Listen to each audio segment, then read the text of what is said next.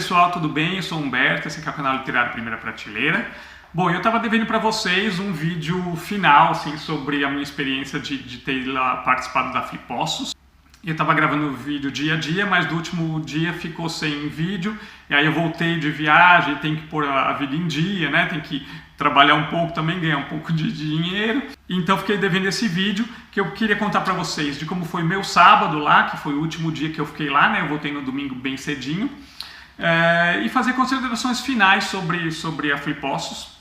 Então, primeiro assim, no sábado, o meu destaque lá foi para a mesa sobre literatura lusófona, né? A gente estava iniciando as comemorações da semana da língua portuguesa, né?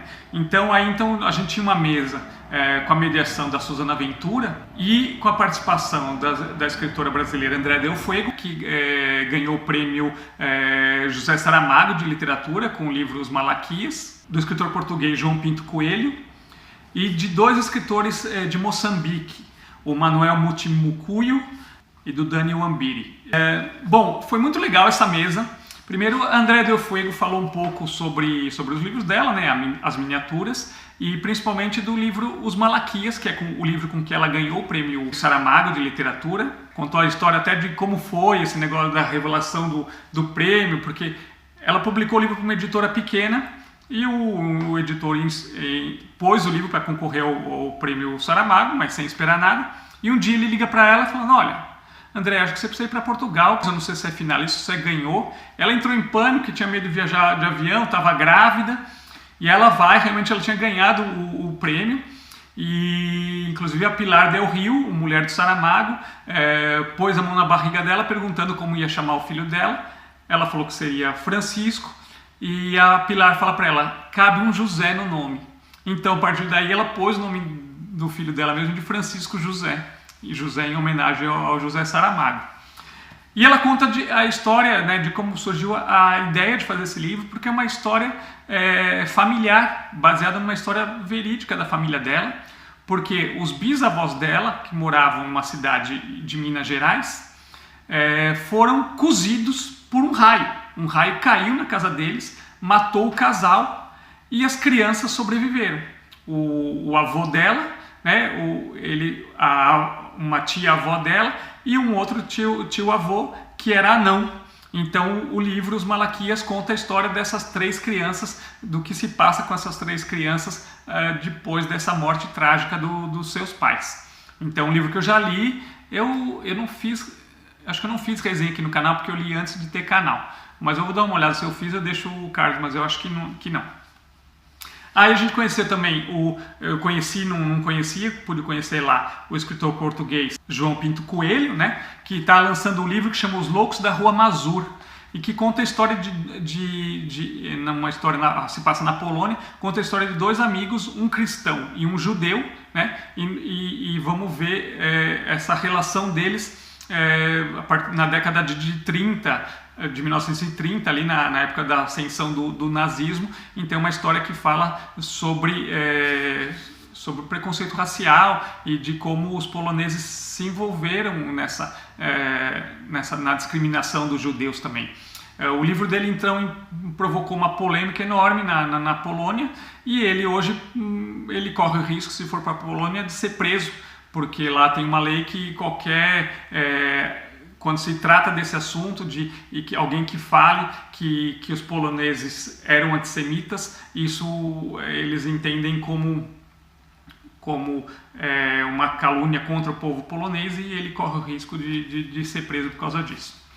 E aí conheci então os dois escritores moçambicanos, né, o Dani Wambiri, e que tem o primeiro livro dele aqui, esse aqui, Adubada Fecundidade.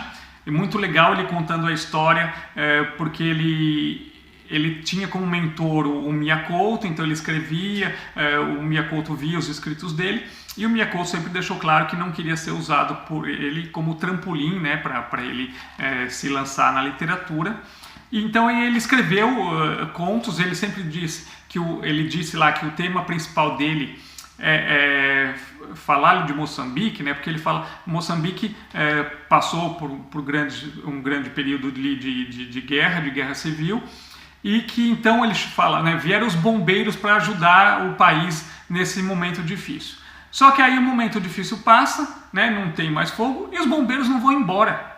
Então, o tema principal dele é sempre, da escrita dele, é sempre isso, mostrar por que esses povos, os outros povos, foram lá para ajudar eles e principalmente por que eles não vão embora de lá mais.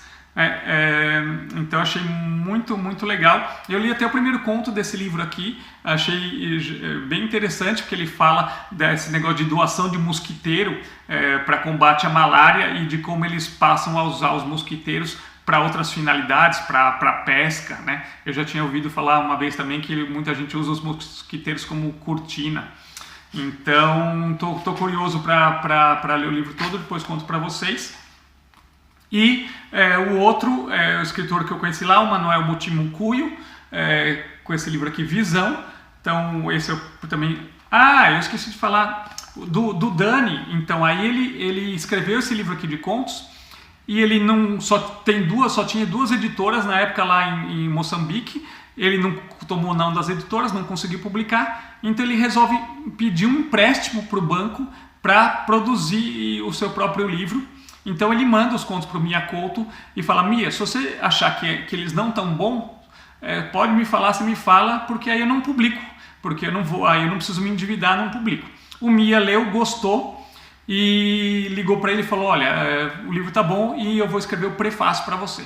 Então o livro, a orelha aqui, é escrita pelo Mia Couto, tá? Recomendando o Dani.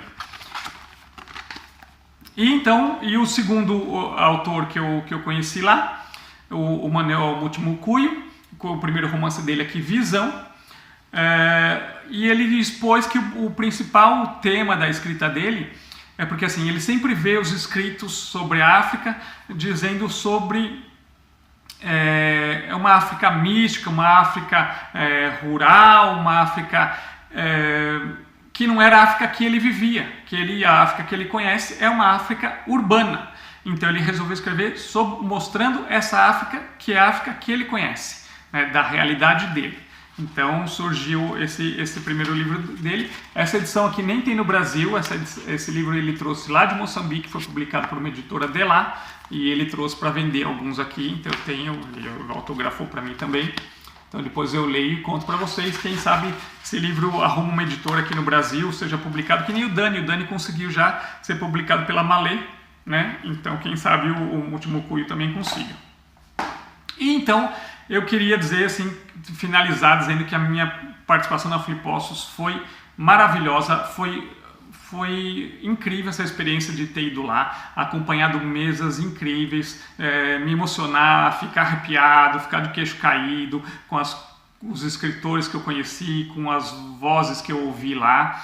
Agradecer a Jéssica Balbino por ter me convidado, assessora de imprensa lá da Flipossos, também uma pessoa incrível que eu adorei conhecer pessoalmente, a gente só tinha conversado por Facebook, então foi muito bom conhecer ela lá.